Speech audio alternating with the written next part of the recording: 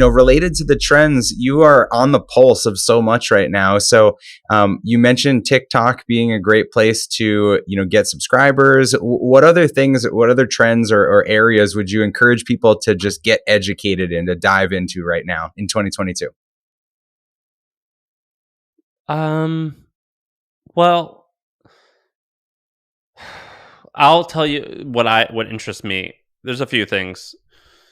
The first is at-home diagnostics. So like there's this idea that like there's a conversation that happens in doctors' offices where they're like, had we gotten this scan like 8 months earlier, we could have caught this and this could have been preventable, but not anymore. And it's past the point of no return and you're doomed. I think that in some period in the near future, that could be 100 years, it could be 10 years, that conversation is going to happen less and less, where we're going to be able to like it's just crazy that you can have a cancer or you can have some type of illness or some type of bad thing in your body exist for months, but you don't know because you literally just didn't physically go to the particular room that you had to go to in order to get the scan. I think that's crazy to me.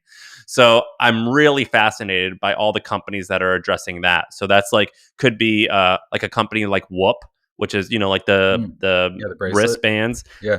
Yeah, it's Aura Ring is another one. I invested in this company called Levels, which makes like a patch that goes on your arm and it tells you all about your blood glucose monitor.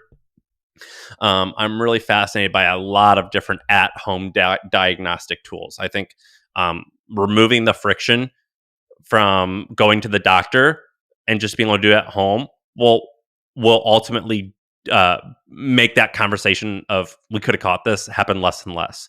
So I'm really interested in that. What's another thing that's interesting? A lot of times I look at what are the Silicon Valley dorks doing in their free time. So like in 2012, a lot of my friends in Silicon Valley between 2012 and 2014, I'm talking like wealthy people who have free time and who are like nerds. Like, what are they doing? A lot of my friends who fit that bucket, they were doing LSD and ayahuasca. Now that's like way more common right now. So I look at what are they doing now. A few things that are interesting is I think sauna and ice baths are like kind of like I'm seeing so many of these at-home products now that you can just get an ice bath and regulate it. I have one. Do you? I do it in the morning. It's awesome.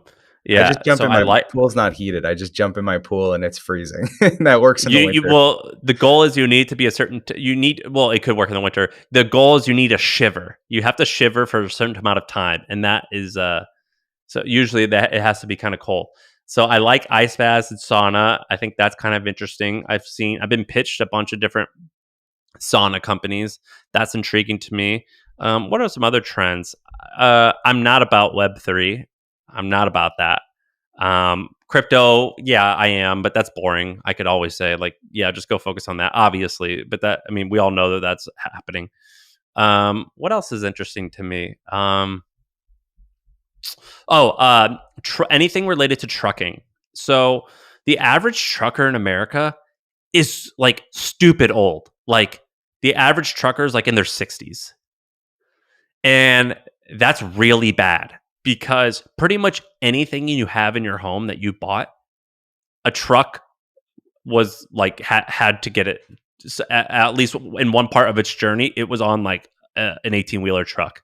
And people say like, oh yeah, we're going to have self-driving trucks. And my reply to that is, yeah, eventually. But man, we are so far from that. And B, once the self-driving truck comes, someone's probably still going to be sitting in that seat. So you still need people to do that shit. So I'm incredibly fascinated about people who can solve this problem of getting people to just solving the problem of A, getting people to come be truckers, and B, just how are you going to get stuff from the location to location? That's incredibly fascinating to me. And that's actually a huge problem. Yeah. And if we don't have trucks, how are we supposed to get our ice baths and our saunas delivered?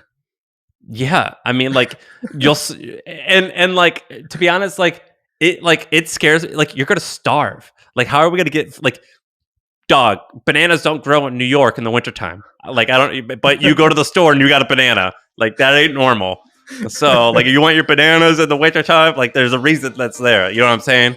Like, like I get nervous about truckers.